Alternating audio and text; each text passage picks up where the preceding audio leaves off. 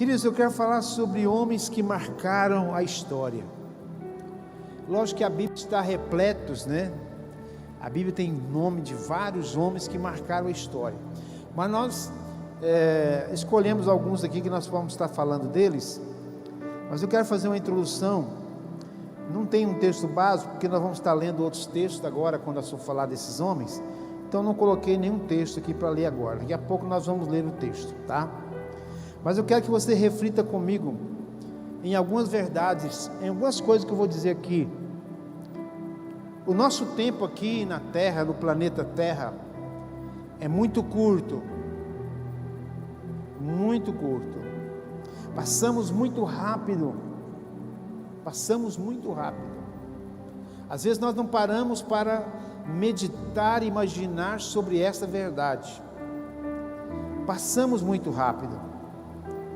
Por isso que cada um de nós precisamos passar por essa terra com sabedoria, aproveitando as oportunidades vindas de Deus. Nós não podemos passar por essa terra desapercebidos. Deus sempre está abrindo portas de oportunidades em nossa direção. E nós muitas vezes passamos por essas oportunidades, ou aliás, deixamos que essas oportunidades passem por nós. E quando chegamos lá na frente, nós dissemos assim: puxa vida, por que eu não aproveitei as oportunidades? Hoje, a minha idade já não dá mais para fazer aquilo que eu poderia ter feito alguns anos atrás. Hoje, o meu tempo não é suficiente para fazer o que eu poderia ter feito.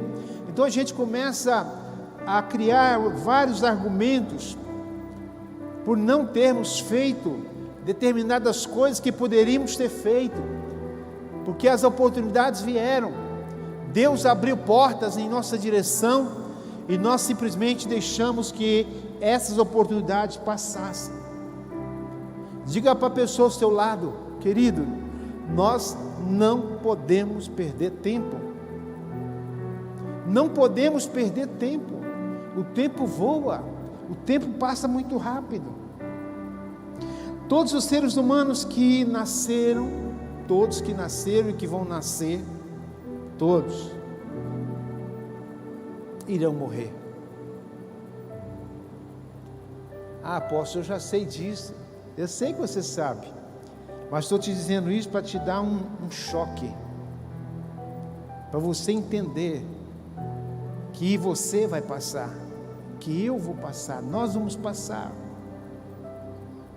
Então, diante dessa realidade, você já parou para pensar no legado que você deixará para as gerações que virão após você? Daqui a 100 anos, se Jesus não tiver voltado, alguém vai estar dizendo sobre os homens do avivamento. Alguém vai estar comentando sobre o nome de alguma pessoa. Você já parou para pensar nisso? De deixar um legado para a sua família, para os seus filhos, para os seus netos, bisnetos, tataranetos e as gerações que virão após você?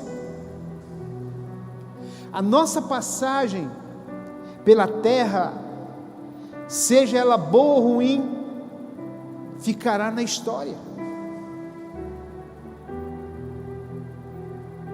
As pessoas são lembradas. As pessoas são lembradas por atos bons que elas fazem.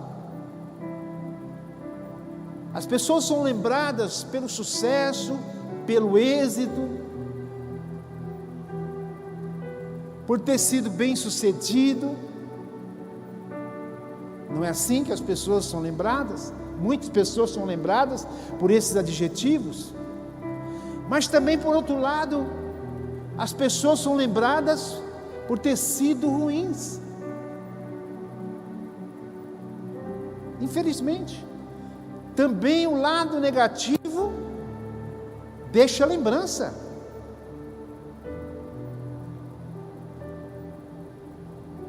Quando as pessoas comentam, você lembra de fulano que era um bandido? Olha só o adjetivo. Ele era traficante, ele era ladrão, bandido. Você lembra dele? Está contando uma história, mas uma história negativa. Como é contada a história do lado positivo, também é contada do lado negativo. Amém, homens? Estão entendendo? Aí eu te faço a pergunta novamente: qual será a história que contarão sobre você após a sua saída desta terra? Como eles lembrarão de você?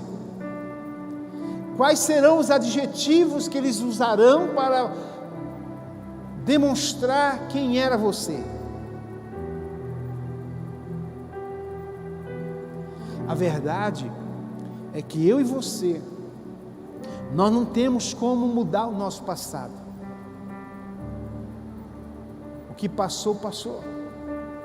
Mas nós temos condições de mudar o nosso futuro. Enquanto nós estamos vivos, nós temos condições de mudar o nosso futuro.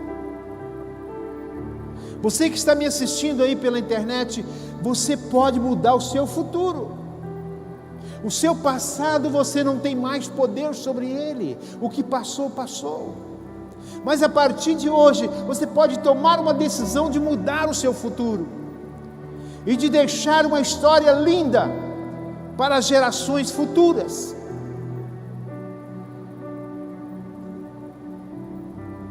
Pessoas que são reconhecidas como sábios, inteligentes, capazes, mas pessoas que são reconhecidas como verdadeiros homens de Deus, homens que andaram com Deus, homens que viveram com Deus, homens que Deus usou. Então tem vários adjetivos, várias maneiras de sermos reconhecidos. O primeiro personagem que eu quero falar para vocês nesta noite chama-se Noé. Noé foi um homem justo e íntegro, que agradou a Deus em meio a uma geração corrompida. Presta atenção na característica deste homem. Este homem agradou a Deus no meio de uma geração corrompida.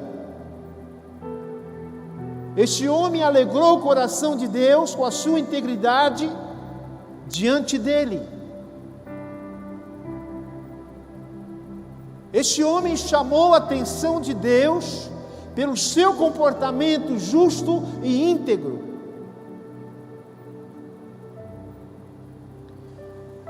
Olha o que diz aqui em Gênesis capítulo 6, versículo 8: mas o Senhor Deus aprovava que Noé fazia. Seguindo a tradução linguagem de hoje, o Senhor Deus aprovava o que Noé fazia. Aí eu te pergunto, por que tanta pergunta, pastor? Porque as perguntas é que nos faz refletir, não a resposta. Porque depois você sabe a resposta, acabou o objetivo, não é verdade?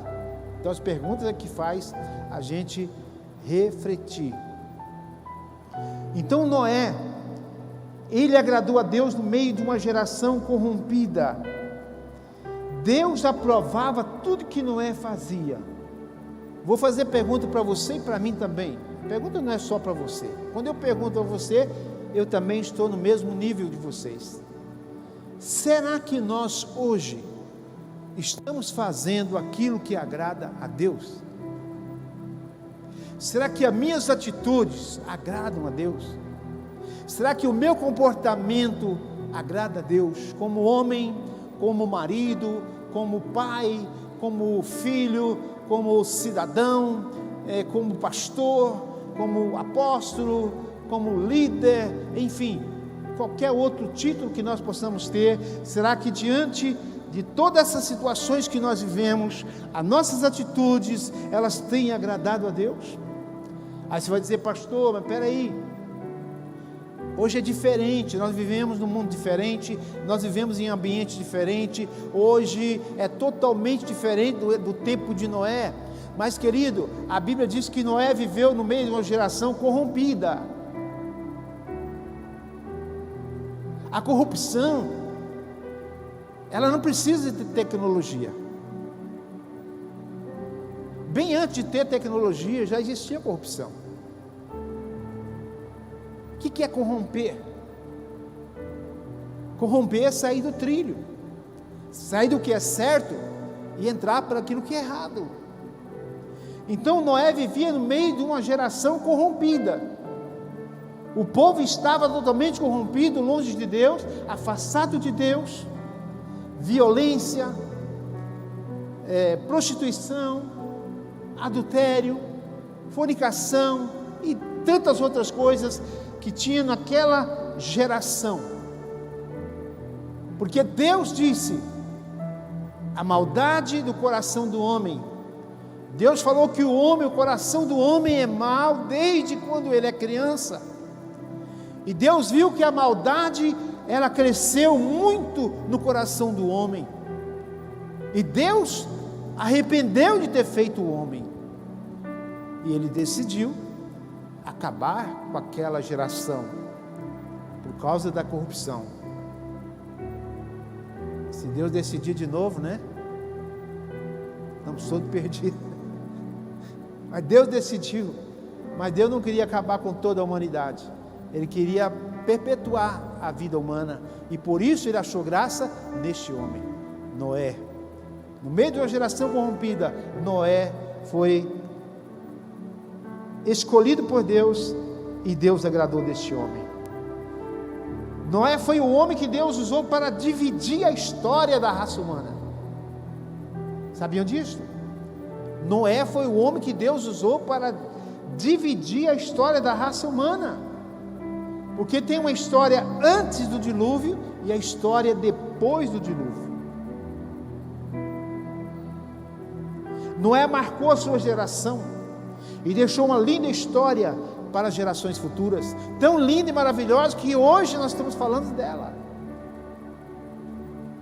Um homem que agradou a Deus, um homem que andou com Deus, um homem que viveu com Deus, um homem que não se contaminou no meio de uma geração corrompida, se manteve santo, se manteve puro, se manteve crendo, se manteve acreditando em Deus, porque Noé foi um homem de fé.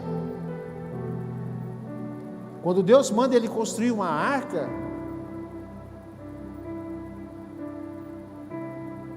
e ele começa a construir aquela arca, demonstrou claramente que ele confiava em Deus.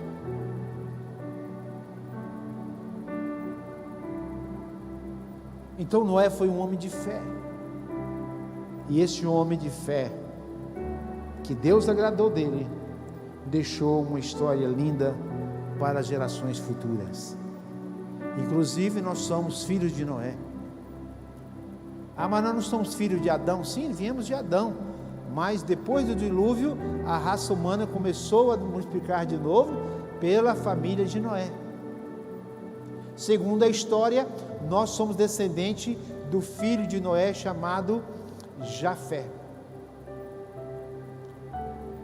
Nós somos descendentes de Jafé, um dos filhos de Noé. Então nós viemos de lá. Este homem deixou uma história, que se nós estamos vivendo hoje, é porque nós viemos dessa história. Amém? Abraão, outro homem que deixou uma história linda. Este homem foi escolhido por Deus para começar uma nação. Uma nação. Olha o que diz aqui em Gênesis 18.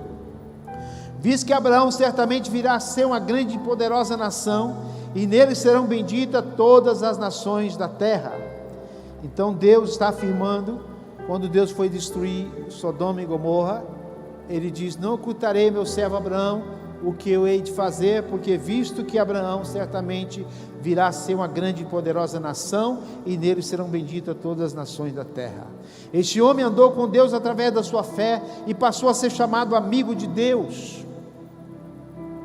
Olha o que diz aqui em Tiago 2,23: e se cumpriu a escritura, a qual diz: ora, Abraão creu em Deus, e isso lhe foi imputado para a justiça, e foi chamado amigo de Deus.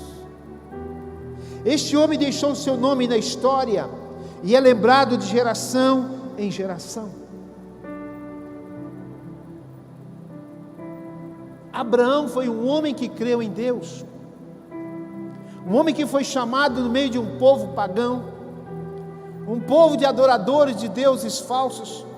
Este homem ousou acreditar no Deus invisível e deixou seu nome na história. O nome de Abraão é tão forte na história, que não é só os judeus que falam que Abraão que Abraão é o pai deles. Os muçulmanos também, muitos povos ali vizinhos de Israel, eles dizem que são filhos de Abraão, e na verdade Abraão teve outros filhos sem ser Isaac. Então este nome é muito forte ali no Oriente Médio, porque este homem deixou o seu nome na história.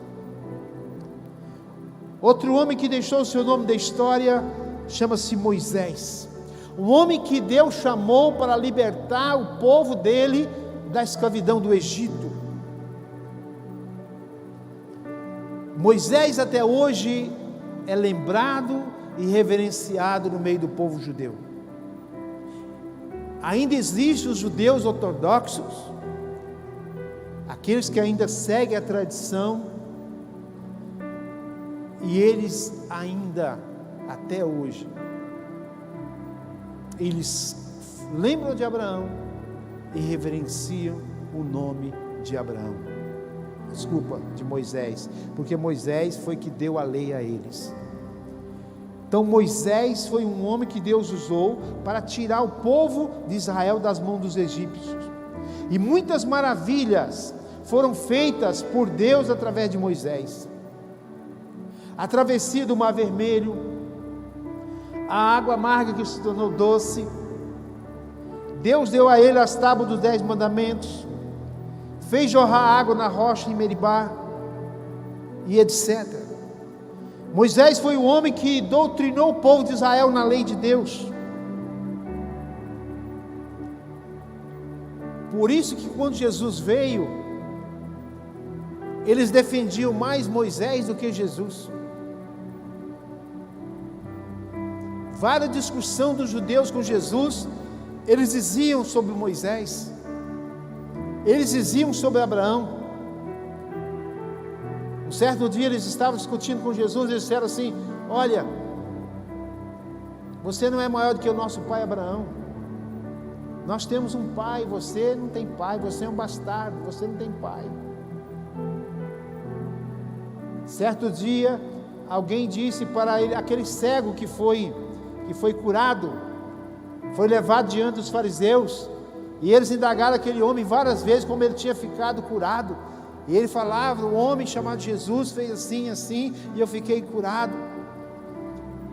E eles insistiram, até o momento que aquele homem que tinha tido aquela cura da visão, virou para eles: por que vocês insistem em tanto saber como este homem me curou? Eu já falei várias vezes, vocês não acreditam, por acaso vocês querem tornar discípulo dele? Eles disseram: nós não, nós somos discípulos de Moisés. Você quer ser discípulo dele? Se vire, mas nós não, nós somos discípulos de Moisés. Olha como que a presença, né, do nome de Moisés era muito forte no meio deles. Então Moisés foi um homem também que deixou o seu nome escrito na história. Amém? Davi, outro homem, segundo o coração de Deus. Olha que diz Atos capítulo 13, versículo 22, e tendo tirado a este, levantou-lhes o rei Davi, do qual também, dando testemunho, disse: achei Davi, filho de Jessé, homem segundo o meu coração, que fará toda a minha vontade. Atos 13, 22. Davi foi um homem que buscava o Senhor em oração, e o adorava no seu santo nome diariamente. Davi era um homem de adoração, era um homem que prestava cultos de verdade a Deus, foi considerado um grande rei, deixou um legado para o seu filho Salomão e para gerações futuras. Ele queria construir o grande templo para Deus. Deus não permitiu que ele construísse, porque ele foi um guerreiro, derramou muito sangue, e Deus disse: não, você não vai construir a casa para mim, mas o teu filho vai construir. E para a construção do templo, ele deixou muito ouro, muita prata, muito ferro, muito bronze, deixou muita riqueza para a construção do templo. Foi um homem que foi lembrado, e é lembrado até hoje lá em Israel. Não sei se o Robson já foi lá em Israel, em Jerusalém, está lá o túmulo de Davi, aonde ele foi sepultado. Não sabe se o corpo dele, os ossos dele está lá, né? Mas o local onde ele foi sepultado está lá. Inclusive você entra lá, não pode filmar, não pode tirar foto, mas está lá o lugar. Eu entrei lá, tá? Aonde é o local, o túmulo, né? E demos uma olhada lá, é só mesmo um local, tipo um sepulcro mesmo, né? Mas a gente não sabe se os ossos dele estão lá, mas lá está lá, o memorial, né? Aqui está os ossos de Davi. Então Davi foi um grande rei, um rei que foi lembrado e é lembrado até hoje pelo povo de Israel, um grande rei. Este homem deixou um legado na história, na sua vida e na história do povo de Israel. E último personagem aqui para nós encerrar, eu quero falar sobre Paulo. Quem foi Paulo? Paulo foi Saulo de Tarso antes, né? Era um perseguidor da igreja, era um religioso, extremista, que prendia os cristãos e batia, e se fosse necessário até matava.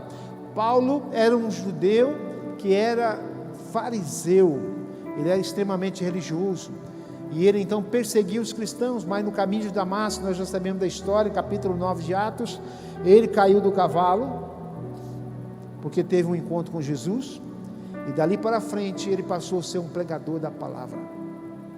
E Paulo, sem nenhum recurso de hoje, como hoje nós temos toda a tecnologia, temos todos os níveis de condução possível, né? Mas naquela época ele só tinha o navio, tinha o camelo, e não sei qual tipo de transporte que eles tinham, mas era o camelo e o navio, e andar a pé.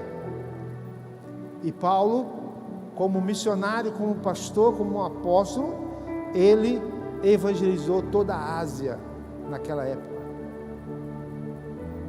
e ele queria ainda ir para a Europa. Tem um texto na Bíblia que fala que ele ia para a Espanha evangelizar lá. Então, um homem que Deus usou poderosamente, um homem que deixou uma história, né? Tem 13 cartas deles na Bíblia, 13 cartas dele na Bíblia. Um homem que doutrinou a igreja, doutrinou os cristãos, um homem que deixou um legado, uma história tremenda para nós. Muitos ensinos que nós temos hoje na Bíblia vêm deste homem, e nada parou este homem, nem a cadeia o parou, nem a cadeia fez com que ele parasse de cumprir o propósito de Deus na vida dele, porque a maioria das suas cartas foram escritas na cadeia. Ele escreveu quando ele estava preso. Ele não vacilou, ele não perdeu tempo, ele evangelizou, ele ganhou milhares e milhares de vidas para o Senhor Jesus, deixou um legado, uma história. E hoje, querido, uma história de êxito e de sucesso dependerá apenas de nós mesmos. Diga, uma história de êxito e de sucesso dependerá apenas de mim. Depende de mim, depende de você. Nós temos que parar de ficar argumentando e ir procurando desculpa. Eu não faço porque... eu não faço porque... eu não faço porque eu não tenho condição financeira. Eu não faço porque eu não tenho sabedoria. Eu não faço porque eu trabalho muito, eu não tenho tempo, meu trabalho não me dá tempo. E a gente vai criando os argumentos,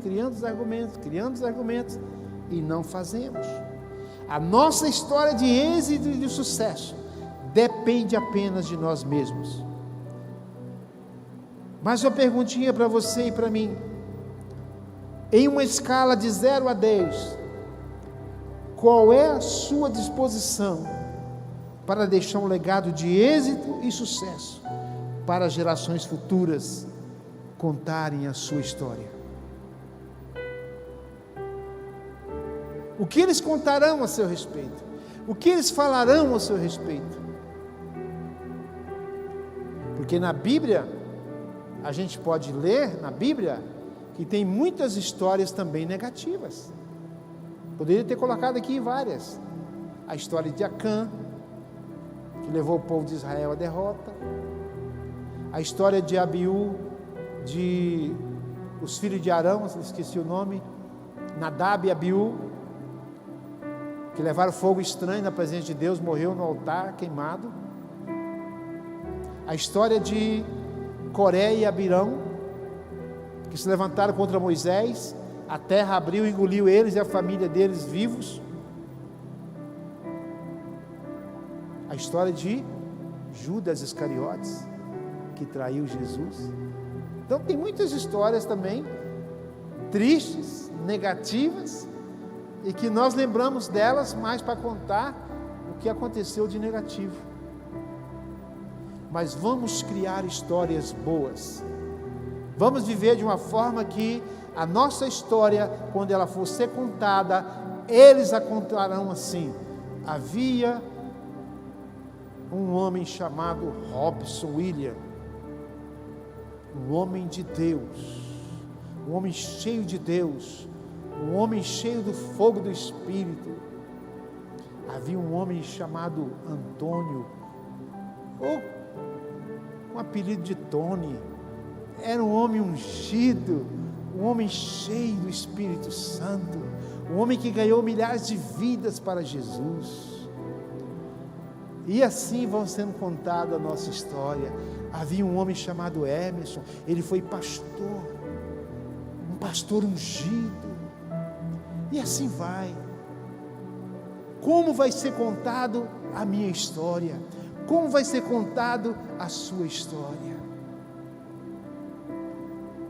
Para a sua história ser contada, uma história de êxito, depende de você. E para a sua história ser contada uma história de fracasso, também depende de você. Porque se você não mudar, se eu não mudar, se nós não mudarmos, a nossa história, que poderia ser uma história de êxito, pode ser uma história de fracasso. Amém? E muitos já tiveram êxito, já tiveram sucesso, enveredaram por caminhos errados, e tudo aquilo que fez de bom, tudo aquilo que fez de certo, hoje não vale nada, porque a história dele hoje é negativa. Olha como que é a vida. E muitos que anos atrás sua história era precária, era negativa, era pessimista, e hoje a história dele é positiva. Hoje a história dele é de sucesso, hoje a história dele é de êxito, porque entendeu o caminho, entendeu a mensagem, mudou o seu destino, mudou a sua mente. Eu ouvi um profissional me dizer o seguinte, que nós não mudamos de comportamento. Quando ela falou, eu fiquei assim pensando, poxa, mas como é que é isso? A gente não muda de comportamento, a gente muda de pensamento, porque se mudar aqui, vai mudar o comportamento, vai mudar a atitude, está entendendo? Porque tudo está aqui na nossa mente. Por isso que o apóstolo Paulo escreveu aos Romanos, ele diz que nós devemos renovar a nossa mente. Para quê? para experimentarmos qual seja a boa, agradável e perfeita vontade de Deus.